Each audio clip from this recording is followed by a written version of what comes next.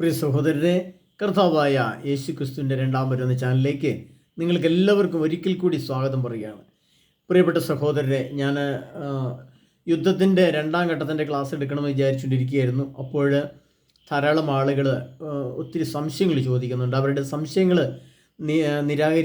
നിരാകരിക്കാൻ പറ്റില്ല. കാരണം അവർ പഠിക്കാൻ ആഗ്രഹിക്കുന്നത് കൊണ്ടും അറിയാൻ ആഗ്രഹിക്കുന്നത് കൊണ്ടുമാണ് സംശയങ്ങൾ ഉണ്ടാകുന്നത്. അത് സ്വാഭാവികമാണ്. അത് നമുക്ക് ക്ലാസ് എടുക്കുന്നയാൾ പറഞ്ഞു കൊടുത്ത് തിരുത്തേണ്ട ചുമതലയും ക്ലാസ് എടുക്കുന്ന ആൾക്ക് ഉണ്ട്. അതുകൊണ്ട് അതിൻ്റെ കഴിഞ്ഞ പ്രാവശ്യത്തെ വലിയ യുദ്ധത്തിൻ്റെ ഒരു ക്ലാസ് സംശയം ചോദിച്ചപ്പോൾ എൻ്റെ സംശയം കൊടുത്തതിൻ്റെ ക്ലാസ് ഞാൻ എടുത്തിരുന്നു. അതിൻ്റെ സംശയ നിവാരണത്തിൻ്റെ ക്ലാസ് ഇട്ടിരുന്നു. അത് കുറേ ആളുകൾ കണ്ടിട്ടുണ്ട്. വീണ്ടും അതിൽ തന്നെ വീണ്ടും സംശയങ്ങൾ ചോദിക്കുന്നുണ്ട്. ഞാൻ ഒരിക്കൽ കൂടി എൻ്റെ സംശയങ്ങൾ പറയാം. കഴിഞ്ഞ ക്ലാസ്സിൽ ഞാൻ പറയാൻ നോക്കിയിട്ട് കണ്ടെത്താതെ പോയ ഒരു ദൈവവചനമാണ്. അതായത് ഇപ്പോഴത്തെ ഇന്നലെ ചോദിച്ചിരിക്കുന്ന ഒരു സഹോദരി റെജി തോമസ് എന്ന് പറയുന്നത് 1000 വർഷത്തിൻ്റെ കണക്ക് മനസ്സിലാകുന്നില്ല എന്ന് പറഞ്ഞുകൊണ്ടൊരു കാര്യം വന്നിട്ടുണ്ട്. അപ്പോൾ കഴിഞ്ഞ പ്രാവശ്യത്തിൽ ഈ 2027 എന്നതിൻ്റെ കണക്ക് എങ്ങനെയാണ് വരുന്നത് എന്നൊരു ചോദ്യവും വന്നിട്ടുണ്ട്. അതിൽ ഇതാണ്, അത് എസെക്കിയേൽ പ്രവാചകൻ്റെ പുസ്തകം 39-ാം അധ്യായം അതിൻ്റെ 9-ാം തിരുവചനത്തിൽ ഡേറ്റ് കിടപ്പുണ്ട്. അതെങ്ങനെയാണ്? അത് ആ വെളിപാടിൻ്റെ പുസ്തകത്തിൽ വെളിപാട് 27 കിടന്ന് 1000 വർഷം തികയുമ്പോൾ സാത്താൻ ബന്ധനത്തിന് മോചനാകും എന്നതിൻ്റെ ഈ 1000 വർഷം തികയുന്നതിന് മുമ്പുള്ള 2027 എങ്ങനെയാണ് കണക്ക് വരുന്നുള്ള ചോദ്യത്തിന് ഉത്തരമായിട്ട് പറയുകയാണ് എസെക്കിയേൽ 39:9. അത് സംഭവിക്കുക തന്നെ ചെയ്യും. ആ ദിനത്തെക്കുറിച്ചാണ് ഞാൻ പറഞ്ഞിരിക്കുന്നത്. അപ്പോൾ ഇസ്രായേൽ നഗരങ്ങളിൽ വസിക്കുന്നവർ പുറത്തു വന്ന് പരിച, കവചം, വില്ല്, അമ്പ്, ഗദ, കുന്തം എന്നീ ആയുധങ്ങൾ കൊണ്ട് 7 വർഷത്തേക്ക് തീ കത്തിക്കും. ഇതാണ് ആ വചനം. പ്രിയപ്പെട്ടവരെ, നമുക്കറിയാം ഇത് എഴുതുന്നത് എസെക്കിയേൽ പ്രവാചകനാണ്. എസെക്കിയേൽ പ്രവാചകൻ എഴുതുമ്പോൾ BC എത്രാമത്തെ വർഷമാണെന്ന് ചോദിച്ചു കഴിഞ്ഞാൽ അത് ധാരാളം വർഷങ്ങൾക്ക് മുമ്പ്, അതായത് യുഗങ്ങൾക്ക് മുമ്പാണ് എഴുതിക്കുന്നത്. അപ്പം നമുക്ക് അതിൻ്റെ ഡേറ്റ് നമുക്ക് കൃത്യമായിട്ട് നോക്കേണ്ട ആവശ്യമില്ല. ഏകദേശം ഇന്നേക്കൊരു 3500 വർഷങ്ങൾക്ക് മുമ്പാണ് ഈ എസെക്കിയേൽ പ്രവാചകൻ എഴുതുന്നത്. അന്ന് നമുക്കറിയാം യുദ്ധങ്ങൾ എന്ന് പറയുന്നത് വാള്, പരിച, കുന്തം കൊണ്ട് വെട്ടിയും കുത്തിയാണ് യുദ്ധങ്ങൾ. 7 വർഷത്തേക്ക് തീ കത്തിക്കുമെന്ന് പറയുമ്പോൾ നമുക്കറിയാം 7 വർഷത്തെ അവസാന കാല യുദ്ധമാണുള്ളതെന്ന് നമുക്കതിൽ തന്നെ മനസ്സിലായി. അപ്പോൾ നമുക്കറിയാം ഇതെങ്ങനെയാണ് മനസ്സിലാക്കിയെടുക്കുന്നത്. 7 വർഷം എന്ന് പറയുമ്പോൾ അതിന് 7ൻ്റെ കണക്ക് വരുന്നത് എങ്ങനെയാണെന്ന് പറയുന്നതിന് മുമ്പ് നമുക്കൊരു കാര്യം മനസ്സിലാക്കണം. അന്ന് അവർ പരിച, കവചം, വില്ല്, അമ്പ്, ഗദ, കുന്തം എന്നീ ആയുധങ്ങൾ കൊണ്ടാണ് അന്ന് യുദ്ധം ചെയ്തിരുന്നത്. പക്ഷേ ഇതേ ആയുധങ്ങൾ കൊണ്ട് തന്നെ 7 വർഷത്തേക്ക് അവർ തീ കത്തിക്കും എന്ന് പറയുമ്പോൾ നമ്മൾ മനസ്സിലാക്കേണ്ടത് എന്താണെന്ന് ചോദിച്ചു കഴിഞ്ഞാൽ, പ്രിയപ്പെട്ടവരെ, അന്നത്തെ അമ്പ്, അന്നത്തെ വില്ല്, കുന്ത്, ഗദ എല്ലാം അതേ സ്ഥാനത്ത് അതേ രീതിയിൽ എൻ്റെ ഹീബ്രു മൂലത്തിലെടുക്കുന്ന ദൈവവചനം ആറിലുണ്ട്. പഴയ നിയമ ഗ്രന്ഥത്തിലെ ഹീബ്രു മൂലത്തിലെ ബൈബിൾ ഭാഗങ്ങൾ ഇസ്രായേൽക്കാരുടെ അടുത്ത് ഇന്നുണ്ട്. അവരത് നോക്കിയിട്ട് അന്നത്തെ വസ്തു അമ്പാണെങ്കിൽ അതിൻ്റെ അമ്പിൻ്റെ സ്ഥാനത്താണ് അയൺ ഡോം. അന്ന് യന്ത്രമുട്ടി എന്ന് പറഞ്ഞിട്ടാണെങ്കിൽ ഇന്ന് യുദ്ധ ടാങ്കുകൾ. അന്ന് അഗ്നി പോലെ മിന്നൽപ്പിടർ പോലെ പായുന്നു എന്ന് പറയുന്നതാണ് ഇന്നത്തെ മിസൈലുകൾ.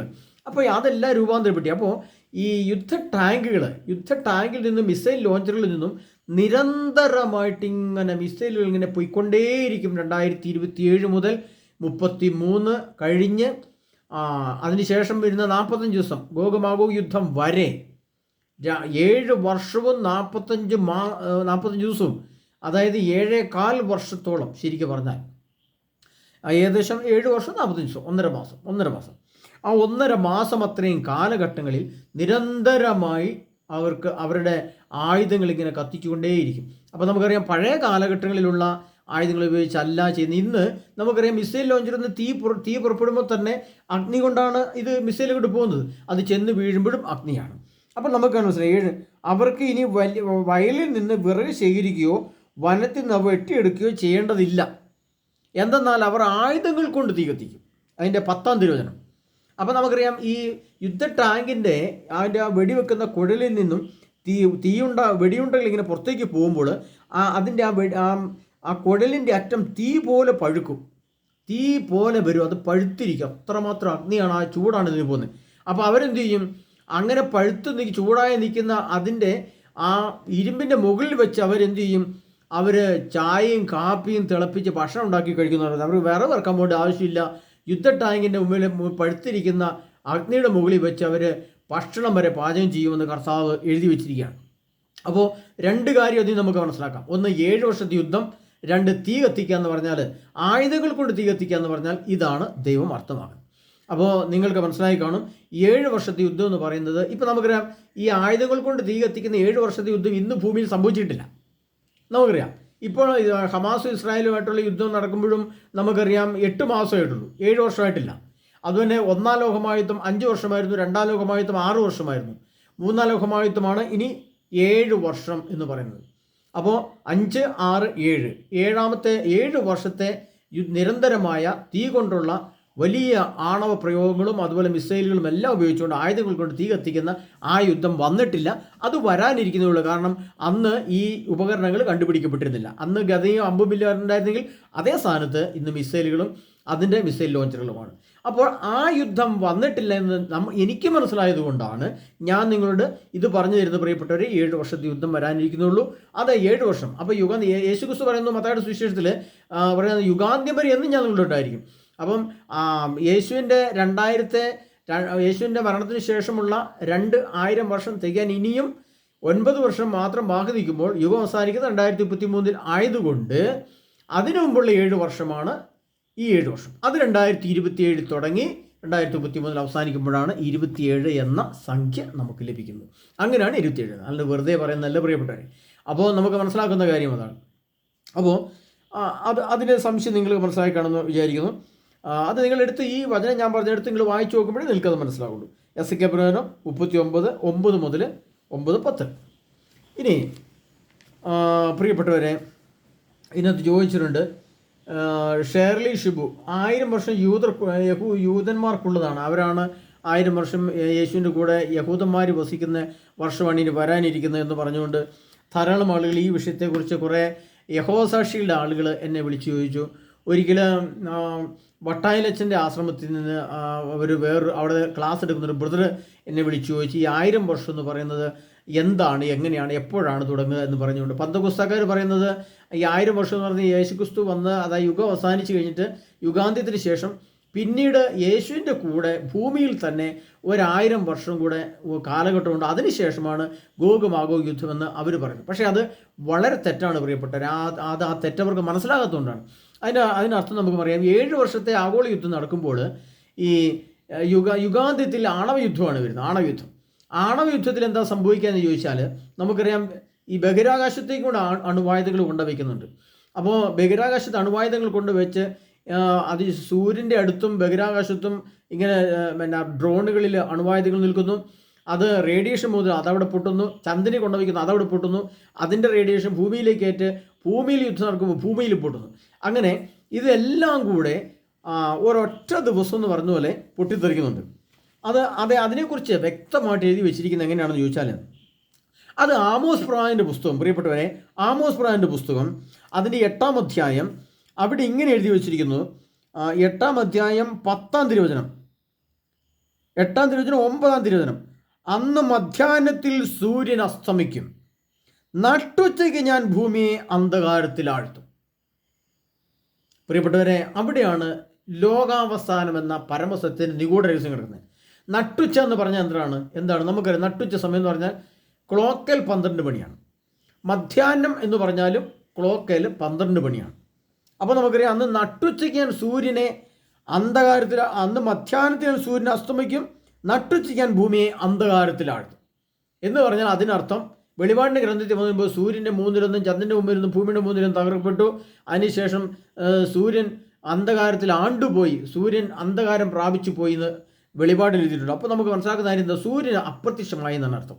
അപ്പോൾ സൂര്യനെ അടുത്ത് വെച്ച് ഇത് സംഭവിക്കണമെങ്കിൽ ഹൈപ്പർസോണിക്കൽ ആണവ മിസൈലുകൾ സൂര്യൻ്റെ അടുത്ത്, അതായത് ബഹിരാകാശത്ത് പൊട്ടണം. അങ്ങനെ ബഹിരാകാശത്ത് ഈ ആണവായുധങ്ങൾ പൊട്ടുമ്പോൾ സ്വാഭാവികമായിട്ടും സൂര്യനിലേക്ക് ഇതിൻ്റെ റേഡിയേഷൻ ഏൽക്കുകയും സൂര്യൻ്റെ ഘടനയ്ക്ക് മാറ്റം വരികയും സൂര്യൻ ശൂന്യമായി ഇല്ലാതെ സൂര്യൻ കത്തിച്ചാമ്പലായിപ്പോൾ ഇതിൻ്റെ പ്രകമ്പനമേറ്റും അതിൻ്റെ റേഡിയേഷനേറ്റും നല്ല സൂര്യൻ. അതുകൊണ്ടാണ് കർത്താവ് പറഞ്ഞത്, അന്ന് മധ്യാഹ്നത്തിൽ സൂര്യൻ അസ്തമിക്കും, നട്ടുച്ച ഞാൻ ഭൂമി അന്ധകാരത്തിലാഴ്ത്തും. അപ്പോൾ സൂര്യൻ അന്ധകാരം പ്രാപിക്കുമ്പോൾ ഭൂമി അന്ധകാരത്തിലായി. അതാണ് ആ വചനം. അപ്പോൾ പകൽ 11 മണിക്കും 12 മണിക്കും ഇടയ്ക്ക്, പകൽ 11 മണി കഴിഞ്ഞ് 11:59 മിനിറ്റ് 59 സെക്കൻഡ് സമയത്ത് ലോകത്തിലുള്ള മുഴുവൻ അണുവായുധവും കൂടെ ഒറ്റ സെക്കൻഡിൽ പൊട്ടിത്തെറിക്കും. അത് സഫാനിയയുടെ പുസ്തകത്തിൽ അതിൻ്റെ ബാക്കി എഴുതി വച്ചിട്ടുണ്ട്. സഫാനിയയുടെ പുസ്തകം ഏറ്റവും അവസാനത്തിൽ കർത്താവ് അത് പൊട്ടിത്തെറിക്കുന്നത് എങ്ങനെയാണെന്ന് വ്യക്തമായിട്ട് എഴുതിയിട്ടുണ്ട്. ആ വചനം ഞാൻ പറയാം. അതിനു മുമ്പ് നമ്മൾ ഇത്ര മനസ്സിലാക്കുക. അപ്പോൾ ആ സംശയം നിങ്ങൾ തീർന്നതാണ്. എപ്പോഴാണ് യേശുവിൻ്റെ മേഘപ്രത്യക്ഷീകരണം എന്ന് ചോദിക്കുമ്പോൾ അത് മത്തായിയുടെ സുവിശേഷത്തിൽ അങ്ങനെ ഒരു ചോദ്യം ഇവിടെ ചോദിച്ചിട്ടുണ്ട്. യേശുവിൻ്റെ മേഘപ്രത്യക്ഷീകരണം എപ്പോഴാണ് സംഭവിക്കുന്നത് ബൈബിൾ അടിസ്ഥാനത്തിൽ പറയുമ്പോൾ അത് മത്തായിയുടെ സുവിശേഷം 24-ാം അധ്യായം അതിൻ്റെ 29-ാം തിരുവചനത്തിൽ ഇങ്ങനെ വരുന്നത്, ആകാശശക്തിയിൽ ഇളകുകയും ചെയ്യും. ഇങ്ങനെ 29 മത്തായിയുടെ സുവിശേഷം 24-29, അക്കാലത്തെ പീഡനത്തിന് ശേഷം പൊതുവെ പൊടുന്നനെ സൂര്യൻ ഇരുണ്ടു പോകും. അതാണ് ആമോസ് പ്രവാചകന്റെ പുസ്തകത്തിൽ പറഞ്ഞ് പെട്ടെന്ന് സൂര്യൻ അന്ധകാരത്തിലേക്ക് പോകും. നട്ടുച്ചയ്ക്ക് പൊടുന്നനെ സൂര്യൻ അന്ധകാരത്തിലേക്ക് പോകും. ചന്ദ്രൻ പ്രകാശം തരികയില്ല. എന്തുകൊണ്ടാണ് ചന്ദ്രൻ പ്രകാശം തരാത്തത്? ചന്ദ്രനിൽ കൊണ്ട് ആണവ ആയുധങ്ങൾ വെക്കാൻ ഇന്നത്തെ ശാസ്ത്ര സാങ്കേതിക വിദ്യ വികസിച്ചു. അപ്പോൾ ഇനി റഷ്യയും അമേരിക്കയും ഒക്കെ ഉള്ള രാഷ്ട്രങ്ങൾ ചന്ദ്രൻ്റെ ഓരോ ഭാഗങ്ങളിൽ കൊണ്ട് തൻ്റെ റിമോട്ട് കൺട്രോളുകൾ ഉപയോഗിച്ച് അണുവായുധങ്ങൾ പൊട്ടിക്കുകയും അവിടെ അവരുടെ പേടകം സ്ഥാപിക്കുകയും അവരുടെ സ്ഥലങ്ങൾ സ്ഥാപിക്കുകയും നാസയുടെ സ്ഥലങ്ങളും റഷ്യയുടെ സ്ഥലങ്ങളും ചന്ദ്രനെ കൊണ്ട് സ്ഥാപിക്കുകയും അവിടെയെല്ലാം രഹസ്യമായിട്ട് അണുവായുധങ്ങൾ കൊണ്ടുവയ്ക്കുകയും ചെയ്യും.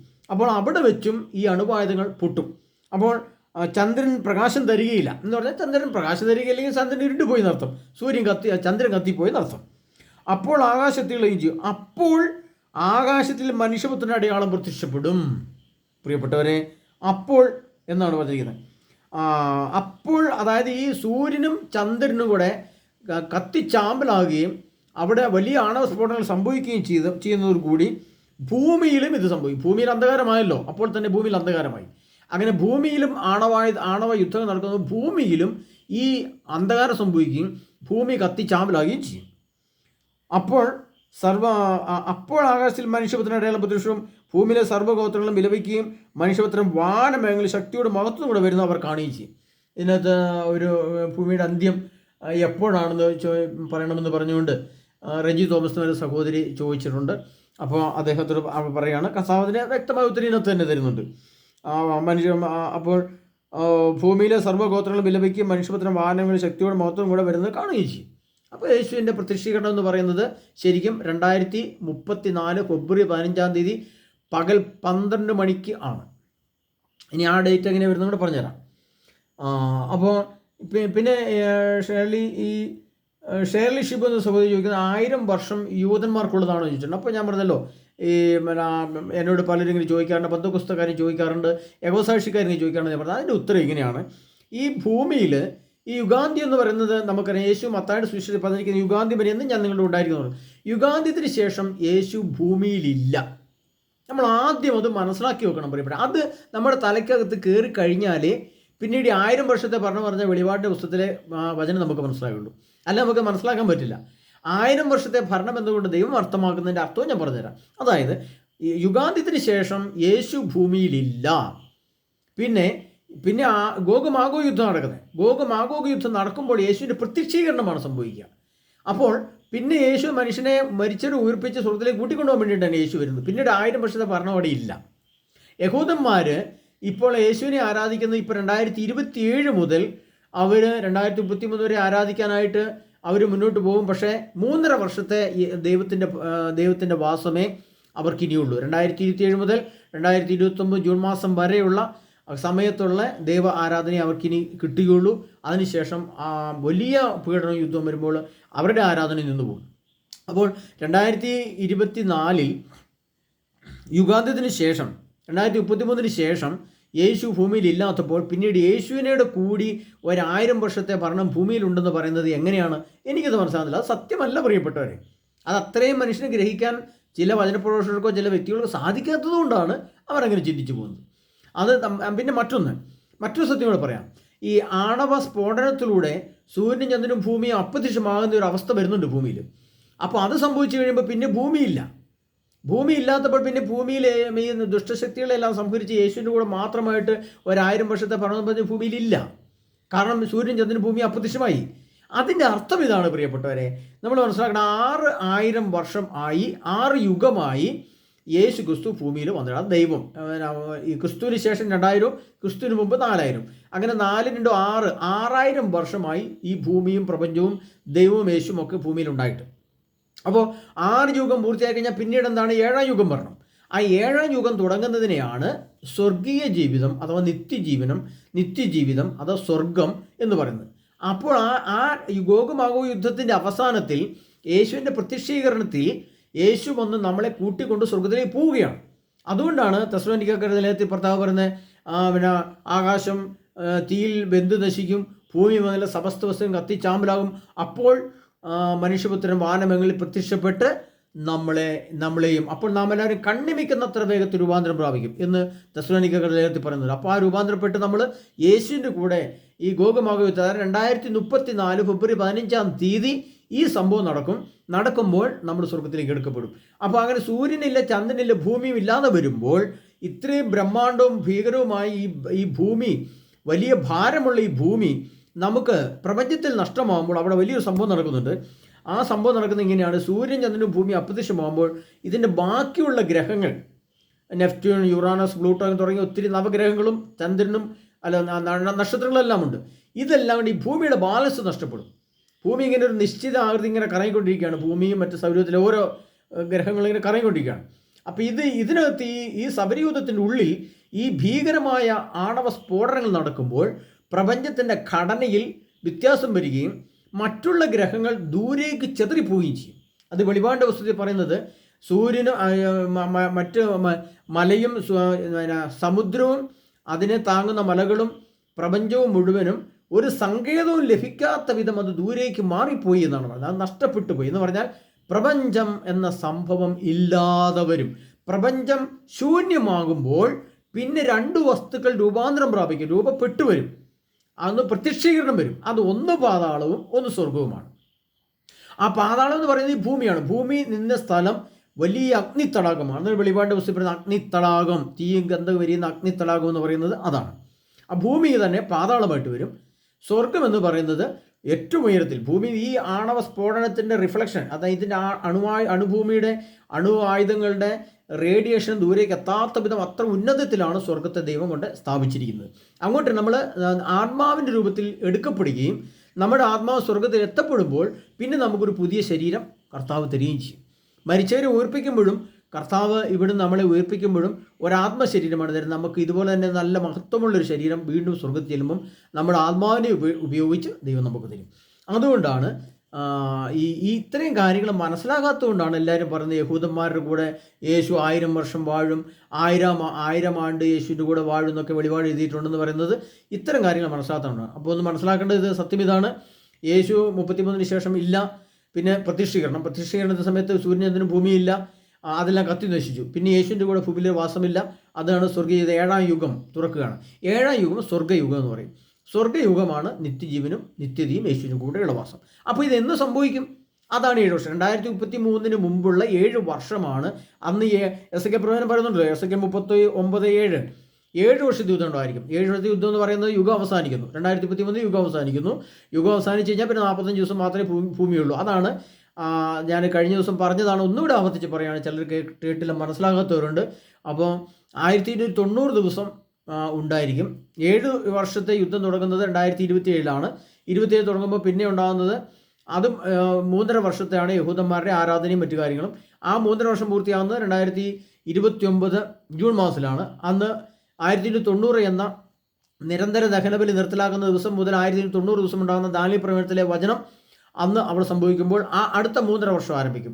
ആ 3.5 വർഷം എതിർക്രിസ്തുവിൻ്റെ ഭരണമാണ് മഹാപീഡനം. ആ മഹാപീഡനത്തിൻ്റെ 3.5 വർഷം അവസാനിക്കുന്നത് 2033 2033 മഹാപീഡനത്തിന് അവസാനിച്ച് കഴിയുമ്പോൾ ദാനിയേൽ പ്രവചനം പറയുന്ന 1290 ദിവസം ഉണ്ടായിരിക്കും. എന്നാൽ 1335 ദിവസം ഉറച്ചു നിൽക്കുന്നവൻ ഭാഗ്യവാൻ. അത് നിങ്ങൾ മനസ്സിലാക്കേണ്ടത് ഇപ്രകാരമാണ്: 1290 എന്ന സംഖ്യയോട് കൂടെ 45 എന്ന സംഖ്യ കൂട്ടുമ്പോൾ കിട്ടുന്ന തുകയാണ് 1335. അപ്പോൾ ആ 2033 ശേഷം 3.5 വർഷം തികഞ്ഞു കഴിയുമ്പോൾ പിന്നെ 45 ദിവസം, ആ 45 ദിവസം കൂട്ടുമ്പോൾ കിട്ടുന്ന സംഖ്യ തുകയാണ് 1325. ആ 1325 ദിവസം എന്ന് പറയുന്നത് 45 ദിവസമാണ്. ആ 45 ദിവസമാണ് 1.5 മാസം. അതാണ് 2033 മുതൽ 2034 ജനുവരി മുതൽ ഫെബ്രുവരി വരെയുള്ള 15 ദിവസം, അതായത് 45 ദിവസം. അതൊരു വലിയ നിഗൂഢ രഹസ്യമാണ്, കണക്കാണ് പ്രിയപ്പെട്ടവരെ. അത് സർവശക്തനായ യേശുനാഥൻ എനിക്ക് വെളിപ്പെടുത്തി തരികയായിരുന്നു. അതൊരു പ്രത്യേക രീതിയിൽ ദൈവം എന്നോട് ഇടപെടുകയും യേശു എന്നോട് സംസാരിക്കുകയും ഒരു പ്രത്യക്ഷീകരണം സംഭവിക്കുകയൊക്കെ ചെയ്തതിന് ശേഷമാണ് ഈ നിഗൂഢ രഹസ്യം എനിക്ക് വെളിപ്പെടുത്തി തന്നെ. ഇത് ഭൂമിയിൽ ഇന്നേ വരെ ആർക്കും മനസ്സിലാക്കാൻ കഴിയാത്തൊരു നിഗൂഢ രഹസ്യമാണ്. എല്ലാവരും പറയുന്നത് വീണ്ടും ഒരു 1325 ദിവസം എന്ന് പറയുന്നത് വീണ്ടും 3.5 വർഷമാണ് എന്ന് പറയുന്നത് അല്ല. അത് മനസ്സിലാക്കാൻ വേണ്ടി കർത്താവ് അങ്ങനെ തന്നെ സംസാരിക്കുകയും എഴുതി കാണിക്കുകയും ഒക്കെ ചെയ്തപ്പോൾ ഞാൻ ഈശോ പറഞ്ഞതനുസരിച്ച് 1990 പ്ലസ് 45 എന്ന സംഖ്യ കൂട്ടുമ്പോൾ കിട്ടുന്ന തുകയാണ് 1325. 1325 നിന്ന് 45 കുറയ്ക്കുമ്പോൾ കിട്ടും ഈ 1290 ദിവസം. അപ്പോൾ അതാണ് എൻ്റെ നിഗൂഢ രഹസ്യം. അപ്പോൾ 2034 ഫെബ്രുവരി 15 ഈ കാണുന്ന പ്രപഞ്ചം എന്നേക്കുമായിട്ട് കത്തിച്ചാമ്പലാകുകയും ആണവയുദ്ധത്തിലൂടെ നശിക്കുകയും ഈ ഭൂമിയുഗം ലോകയുഗം അവസാനിച്ച് സ്വർഗയുഗം ആരംഭിക്കുകയും ചെയ്യും. ഇപ്പോൾ നിങ്ങൾക്ക് ഇത് വളരെ വ്യക്തമായി നീ മനസ്സിലാക്കുന്നു. ഇത് എല്ലാ വരാനിരിക്കുന്ന ഈ കാലങ്ങളിലെ ചോദ്യങ്ങളിലെല്ലാം ഉത്തരം കൂടെ കൂട്ടിയിട്ടാണ് ഞാൻ പറഞ്ഞിരിക്കുന്നത്. എപ്പോഴാണ് കർത്താവ് ഇസ്രായേൽ രാജാവായി വാഴുന്നത്? അങ്ങനെ ഒരു ചോദ്യം ദീപക് എന്ന ഒരു സഹോദരൻ ചോദിച്ചിട്ടുണ്ട്. പ്രിയ സഹോദര, ഇനി യേശുക്രിസ്തു ദൈവം ഇസ്രായേലിൽ യേശുക്രിസ്തു രാജാവായിട്ട് ഇനി ഇസ്രായേൽ വാഴുകയില്ല. ഇസ്രായേലിൽ ഇനി 3.5 വർഷത്തെ ഭരണം നടക്കുന്നത് ജെറുസലേം ദേവാലയത്തിൻ്റെ പണി 2007 ആരംഭിച്ച് 3.5 വർഷത്തെ ആരാധന നടക്കുമ്പോൾ അവർ യഹോവയെയാണ് യാഹ്വേ പിതാവായ ദൈവത്തെയാണ് ആരാധിക്കുന്നത്. യേശു എന്ന മോശയ്ക്ക് പ്രത്യക്ഷപ്പെട്ട ആ ദൈവത്തിൻ്റെ ശബ്ദവും മേഘവും വെളിച്ചവുമൊക്കെ കാണിച്ചു കൊടുത്ത ആ പിതാവായ ദൈവത്തിൻ്റെ അക്ഷരരൂപമാണ് യാഹ്വേ, യഹോവ. ആ യഹോവയെ ആരാധിച്ചുകൊണ്ട് അവർ വീണ്ടും കാളബലികൾ ആരംഭിക്കുകയും അങ്ങനെ അവർ ആരാധന നടക്കുകയും ചെയ്യുമ്പോൾ പിന്നീട് അവർക്ക് ഒരു യേശുവിൻ്റെ കൂടെ ഒരു ഭരണവും യേശു രാജാവായിട്ട് വാഴുന്നില്ല. മറിച്ച് അവർ യേശുവിനെ അംഗീകരിക്കും. അത് സക്കറിയാപ്രവചന പുസ്തകത്തിൽ പറയുന്നുണ്ട്. മഹാപീഡനത്തിൻ്റെ കാലഘട്ടത്തിൽ അവർ ഗോത്രമായിട്ടിരുന്ന് വിലപിക്കുകയും കരയുകയും യേശുവിനെ വിളിച്ചപേക്ഷിക്കും. അവർ കുത്തി മുറിവേൽപ്പിച്ചവനെ നോക്കി അവർ വിലപിക്കും, ഗോത്രമായിട്ട് വിലപിക്കുമെന്ന് സക്കറിയാപ്രവചന പുസ്തകം എഴുതി വെച്ചിട്ടുണ്ട്. അപ്പോൾ ആ സമയത്ത് ഈ ഇവരിങ്ങനെ പ്രാർത്ഥിക്കുമ്പോൾ കർത്താവ് യുദ്ധത്തിന് വേണ്ടി അവർക്ക് മേൽ ഇറങ്ങി വരും എന്ന് പറഞ്ഞിട്ടുണ്ട്. യേശു അവിടെ പ്രത്യക്ഷനാവുന്നുണ്ട്. അങ്ങനെ യേശു ഈ 3.5 വർഷത്തെ യുദ്ധം യേശുവിൻ്റെ നേതൃത്വത്തിലാണ് പിന്നീട് മഹാപീഡന കാലഘട്ടത്തിൽ യുദ്ധം നടന്നു പോകുന്നത്. അപ്പോൾ അവിടെ വിജയം വരുന്നത് യേശു ക്രിസ്തുവിനാണ്. അതുകൊണ്ടാണ് വെളിപാട് വെളിപാട് 6-ാം മുദ്ര പറയുന്നത് അവൻ വെളുത്ത കുതിരയുടെ പുറത്ത് എന്ന് പറയും. വെളുത്ത കുതിര എന്ന് പറയുന്നത് ഇസ്രായേലാണ്. വെളുത്ത കുതിരയുടെ പുറത്തിരിക്കുന്നവൻ എന്ന് പറയുന്നത് യേശു ക്രിസ്തുവാണ്. അവിടെ യേശു ക്രിസ്തു പ്രത്യക്ഷപ്പെട്ട് യുദ്ധത്തെ നയിക്കുന്നത് യേശു ക്രിസ്തുവാണ്. അവിടെ 3.5 വർഷം അല്ല, ഏകദേശം 3.5 വർഷം മഹാപീഡന സമയത്താണ് അവർ കൂടുതലും ഇത് യേശു പ്രത്യക്ഷീകരണം നടക്കുന്നത്. മഹാപീഡന സമയത്ത് 2029 കാലഘട്ടങ്ങളിലാണ് യേശു അവർക്കും വേണ്ടി പ്രത്യക്ഷമാകുന്നത്. അത് യെശയ്യാപ്രവചന പുസ്തകത്തിൽ പറയുമ്പോൾ പക്ഷിച്ചിറകിൻ കീഴിൽ എന്ന പോലെ കർത്താവ് അവരെ നയിക്കുമെന്നും അവർക്ക് മീതെ കർത്താവ് പ്രത്യക്ഷമാകുന്ന സക്കറിയാപ്രവചന പുസ്തകത്തിൽ പറയുന്നുണ്ട്. അപ്പോൾ യേശു ക്രിസ്തുവാണ് പ്രത്യക്ഷപ്പെടുന്നത്. യേശു ക്രിസ്തു പ്രത്യക്ഷപ്പെടുകയും അവരെ യുദ്ധത്തിൽ നയിക്കുകയും അങ്ങനെ അവസാനം ആഗോള യുദ്ധം അതിൻ്റെ 2033 അവസാനിച്ച് കഴിഞ്ഞ് പിന്നെ ഗോഗ് മാഗോഗ് യുദ്ധത്തിൽ അവർ ഈ എതിർ ക്രിസ്തുവും അതിൻ്റെ ആളുകളും ഉള്ള ആളുകളെ ജീവനോട് പിടിച്ച് ഈ ആണവ ഭൂമിയിലേക്ക് എറിയുകയും ജീവനോട് പിടിച്ച് നശിക്കുക എന്നേക്കുമായിട്ട് ഈ രാഷ്ട്രങ്ങളും രാജ്യങ്ങളും ഭൂമിയും കത്തിച്ചാമ്പലാകുകയും ചെയ്യും. പിന്നീട് ഭൂമിയോ സൂര്യനോ ചന്ദ്രനോ ഉണ്ടായിരിക്കുകയില്ല. അതെന്നേക്കുമായിട്ട് തീരുകയും പിന്നീട് വരുന്ന സ്വർഗയുഗം. അപ്പോൾ അങ്ങോട്ട് 144,000 പേര് മാത്രം ഇസ്രായേലിൽ നിന്ന് രക്ഷപ്പെടുന്ന ഒരവസ്ഥയിലേക്ക്. അപ്പോൾ ഈ കാലഘട്ടങ്ങളിലൊക്കെ അവർക്ക് കർത്താവായ യേശു ക്രിസ്തുവിനേക്ക് വിശ്വസിക്കുകയും പ്രാർത്ഥിക്കുകയും യേശുവിനെ ആരാധിക്കുകയും അംഗീകരിക്കുകയും ചെയ്യാനുള്ള സമയം വരുന്നുണ്ട്. അവർക്ക് ഇഷ്ടമുണ്ടെങ്കിൽ ആവാം, അല്ലെങ്കിൽ യേശുവിനെ തള്ളിക്കൊണ്ട് ഈ ലോകത്ത് കടക്കാം. പിന്നെ യേശുവിനെ അംഗീകരിക്കുകയും പിതാവായ ദൈവത്തെ വിശുദ്ധിയോടെ കാത്ത് പിതാവിൻ്റെ വചനങ്ങൾ അനുസരിച്ച് ജീവിക്കുന്നവർക്കും നിത്യത്തിലേക്ക് പ്രവേശിക്കാൻ സാധിക്കും. അതുകൊണ്ട് ദീപക്കെ ഇനി ഇതിന് ശേഷം ഇനി യേശു ഭൂമിയിൽ രാജാവായി ഇസ്രായേൽക്കാർക്ക് വേണ്ടിയിട്ട് വാഴുന്ന ഒരു കാലഘട്ടമില്ല. അത് നിത്യജീവനാണ്. നിത്യജീവനിലേക്ക് പ്രവേശിച്ച് യേശു അവിടെ പിതാവും പുത്രനും പരിശുദ്ധാത്മാവുമായ ത്രിയേക ദൈവത്തിൻ്റെ മഹത്വത്തെ ദർശിച്ച് യേശുവിനെയും പിതാവിനെയും പുത്രനെയും ഒക്കെ കാണാം. എന്നാൽ ഏക ദൈവത്തെയും നമുക്ക് കാണാവുന്ന രീതിയിലുള്ള ഒരു അത്ഭുതം, ഒരു ത്രിമാന കാഴ്ചപ്പാട് കർത്താവ് നമ്മുടെ ആത്മാവിൻ്റെ ദർശനത്തിലൂടെ സ്വർഗത്തിലെത്തിക്കുമ്പോൾ നമുക്ക് തരും. അത് ഞാൻ പിന്നീട് അവസരത്തിൽ പറയാം. അപ്പോൾ ഇപ്പോൾ ചോദിച്ചിരിക്കുന്ന ഏതാണ്ട് എല്ലാ ചോദ്യങ്ങൾക്കും ഉത്തരമായി ഞാൻ വിശ്വസിക്കുകയാണ്. ഇനിയും നിങ്ങളുടെ ചോദ്യങ്ങളെ ഞാൻ സ്വാഗതം ചെയ്യുന്നു.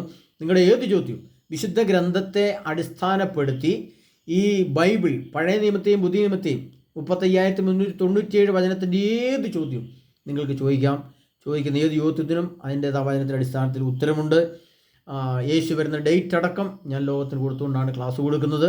അതുകൊണ്ട് 2027 മുതൽ 33 വരെയുള്ള 6 വർഷവും, 27 മുതൽ 34 വരെയുള്ള 7 വർഷവും, 2027 6 വർഷവും, പിന്നെ 34 1.5 മാസത്തിന് വേണ്ടിയിട്ടുള്ള 7 വർഷവും, അങ്ങനെയാണ് അതിൻ്റെ കണക്ക് വരുന്നത്. അപ്പോൾ 33 യുഗാന്ത്യവും അതിനുശേഷം 45 ദിവസം ആ ഗോഗുമാഗു യുദ്ധം. അപ്പോൾ എല്ലാ ചോദ്യത്തിനും ഉത്തരം അതിനകത്തായിട്ടുണ്ട്. അങ്ങനെ മേഘപ്രത്യക്ഷീകരണം ഉണ്ടാവുകയും നമ്മൾ സ്വർഗത്തിലേക്ക് എടുക്കപ്പെടുകയും ചെയ്യും. അതായത് നമ്മൾ ചെറിയൊരു കാര്യം കൂടെ പറഞ്ഞുകൊണ്ട് ഞാൻ അവസാനിപ്പിക്കാം നിങ്ങളുടെ സംശയങ്ങൾ. നമുക്കറിയാം, ഈ യുറേനിയം എന്ന് പറയുന്ന സാധനം ഭൂമിക്കടിയിൽ നിന്ന് കുഴിച്ചെടുക്കുന്ന ഒരു അയിരാണ്. ഈ സ്വർണ്ണവും ചെമ്പും ഒക്കെ കുഴിച്ചെടുക്കുന്ന ഈ അയിര് നമ്മൾ യുറേനിയത്തെ കുഴിച്ചെടുത്ത് അതിനെ മണ്ണ് കൊണ്ട് വേർതിരിച്ച് അതിൻ്റെ പ്രോസസ്സിംഗ് ഒന്നും നമുക്കറിയത്തില്ല. ഏകദേശം അനേക രീതിയിലുള്ള പ്രോസസ്സിങ് സംസ്കരണത്തിന് ശേഷമാണ് അത് അതിൻ്റെ യുറേനിയത്തെ തിരിക്കുന്നു, യുറേനിയത്തെ ഐസോട്ടോപ്പുകളാക്കുന്നു, ഐസോട്ടോപ്പുകളെ അണുബോംബുകളാക്കുന്നു, അണുബോംബുകളെ മിസൈലാക്കുന്നു, മിസൈലുകളെ വിമാനത്തിൽ കയറ്റുന്നു. അങ്ങനെ എത്രയോ പ്രോസസ്സിങ്ങിന് ശേഷമാണ് ഈ അയിര് എന്ന വസ്തു ഏറ്റവും അവസാനം നിത്യജീവൻ പ്രാപിക്കുന്നത്. ഒരപാരമായി ചൂടുള്ള വെളിച്ചമുള്ള വസ്തുവായിട്ടാണ് വരുന്നത്. അത് വെറും അയിരെന്ന് പറഞ്ഞ സാധനം ഇത്രയുള്ള ഒരു പൊടി പോലത്തെ സാധനമാണിത്. ഒരു കറുത്തിട്ടൊരു ഇരുമ്പ് പൊടി പോലെയുള്ളൊരു അയിരാണ്. ആ അയിരിനെ ഐസോട്ടോപ്പുകളൊക്കെ ആയിട്ട് ഇങ്ങനെ കഴിയുമ്പോൾ അത് അവസാനം എന്തായി നിത്യജീവൻ പ്രാപിച്ചത് വെളിച്ചമായി മാറുന്നു. അതായത് ചൂടും വെളിച്ചവുമായിട്ട് മാറുന്നു. അത് അണുബോംബ് പൊട്ടിക്കഴിഞ്ഞാൽ അതിൽ നിന്ന് അപാരമായ ചൂടും വെളിച്ചവും സൂര്യനെ പോലെ പ്രകാശിക്കും. അത്രമാത്രം വേണം. അപ്പോൾ നമുക്കറിയാം, അയിര് എന്ന വസ്തുവിൻ്റെ നിത്യജീവനാണ് അതിൻ്റെ നിത്യത പ്രാപിച്ച അതിൻ്റെ വെളിച്ചവും ചൂടും.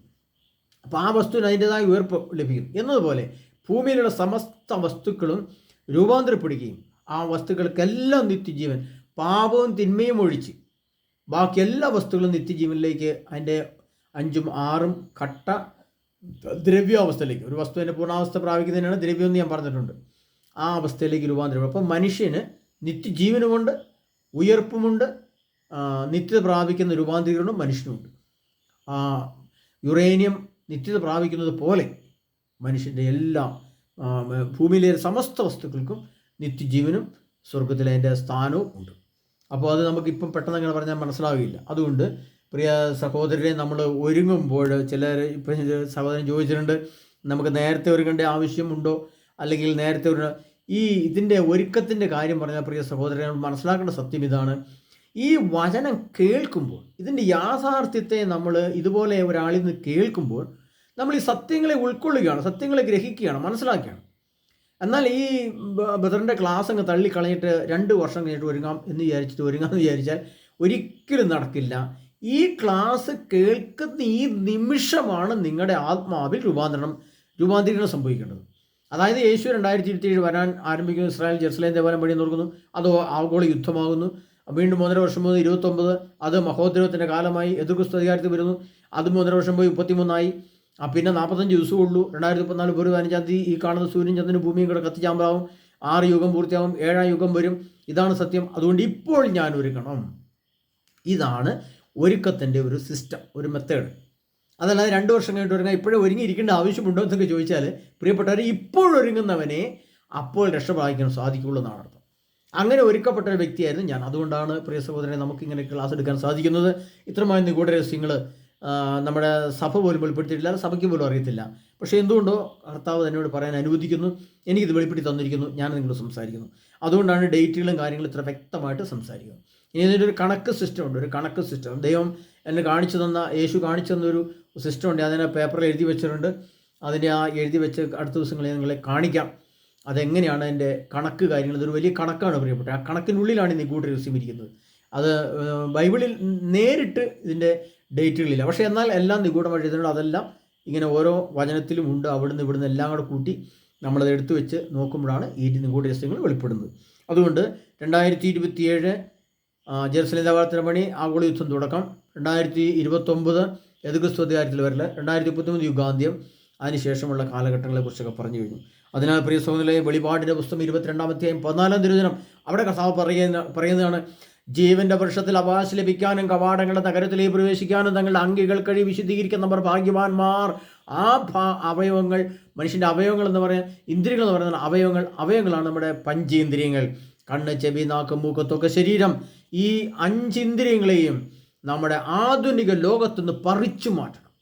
നമ്മൾ ഉപയോഗിക്കുന്ന ടെലിവിഷനുകൾ, കമ്പ്യൂട്ടറുകൾ, ഇൻ്റർനെറ്റുകൾ, ഫേസ്ബുക്കുകൾ, സിനിമകൾ, സീരിയലുകൾ, ബ്ലൂ ഫിലിമുകൾ, ബ്ലാക്ക് മാസുകൾ, രാഷ്ട്രീയങ്ങൾ, ബർമൂഡകൾ, പ്രത്യേക രീതിയിലുള്ള താടി വളർത്തലുകൾ, പ്രത്യേക രീതിയിലുള്ള ഷേവിങ്, പ്രത്യേക രീതിയിൽ മുടിവെട്ടൽ, ഇതൊന്നും പാടില്ല. ബർമൂഡ് ഉപയോഗിക്കാൻ പാടില്ല. സ്ത്രീകൾ വസ്ത്രധാരണം യഹൂദ വസ്ത്രധാരണം പോലെ, അല്ലെങ്കിൽ നമ്മുടെ പഴയ ചേട്ടത്തിമാരുടെ ചട്ടയും മുണ്ടും പോലെ, കവണിയൊക്കെ പോലെ, അല്ലെങ്കിൽ സാരി മനോഹരമായിട്ട് ഉടുത്ത് ചുരിദാർ എന്ന വസ്ത്രം പോലും ഉപയോഗിച്ച് ദേവാലയത്തിൽ പോകാൻ പാടില്ല. ചുരിദാറിൻ്റെ സാധനം ഷാള് ധരിക്കാത്ത പാൻറ് ഷർട്ട് വിട്ട് ബനീനൊക്കെ ഇട്ട് വരുന്ന സ്ത്രീകളുടെ ശരീരാവയങ്ങളൊക്കെ നമ്മൾ കണ്ടിട്ടുണ്ടാവും. അതൊക്കെ അശുദ്ധമാണ്. അശുദ്ധിയുള്ള ഒരു വ്യക്തിയെയും സർവശക്തനായ ദൈവത്തിൻ്റെ ആലയത്തിൽ പ്രവേശിപ്പിക്കുകയില്ല. അതുകൊണ്ടാണ് മത്തായിയുടെ സുവിശേഷം പറയുന്നത്, ശബം എവിടെയോ അവിടെ കഴുകന്മാർ വന്നുകൂടും. മത്തായിയുടെ സുവിശേഷം 24-ാം അധ്യായത്തിൽ കർത്താവ് പറയുകയാണ്, എന്താണ് പറഞ്ഞിരിക്കുന്നത്? അതുകൊണ്ട് അവൻ ഭൂമിയിലുണ്ടെന്ന് പറഞ്ഞാൽ നിങ്ങൾ പുറപ്പെട്ടു വരുക, അവൻ മുറിക്കുള്ളിൽ എന്ന് പറഞ്ഞാൽ നിങ്ങൾ വിശ്വസിക്കരുത്. കിഴക്കുന്ന് പടിഞ്ഞാറോട്ട് പായുന്ന മിന്നൽ പൊന്നിയായിരിക്കും മനുഷ്യപുത്രൻ്റെ ആഗമനം. ശവമുള്ളിടത്ത് കഴുകന്മാർ വന്നുകൂടും. അപ്പോൾ കർത്താവ് ചോദിക്കുകയാണ്, അന്ന് രാത്രിയിൽ ശിഷ്യന്മാർ ചോദിക്കുകയാണ്, അന്ന് രാത്രി ഒരു കെട്ടിൽ 2 പേരുണ്ടായിരിക്കും, ഒരാൾ എടുക്കപ്പെടും, മറ്റേയാൾ വിശേഷിക്കും. 2 സ്ത്രീകൾ തിരിയിൽ ധാന്യം പിടിച്ചുകൊണ്ടിരിക്കും, ഒരാൾ എടുക്കപ്പെടും, മറ്റേയാൾ വിശേഷിക്കും.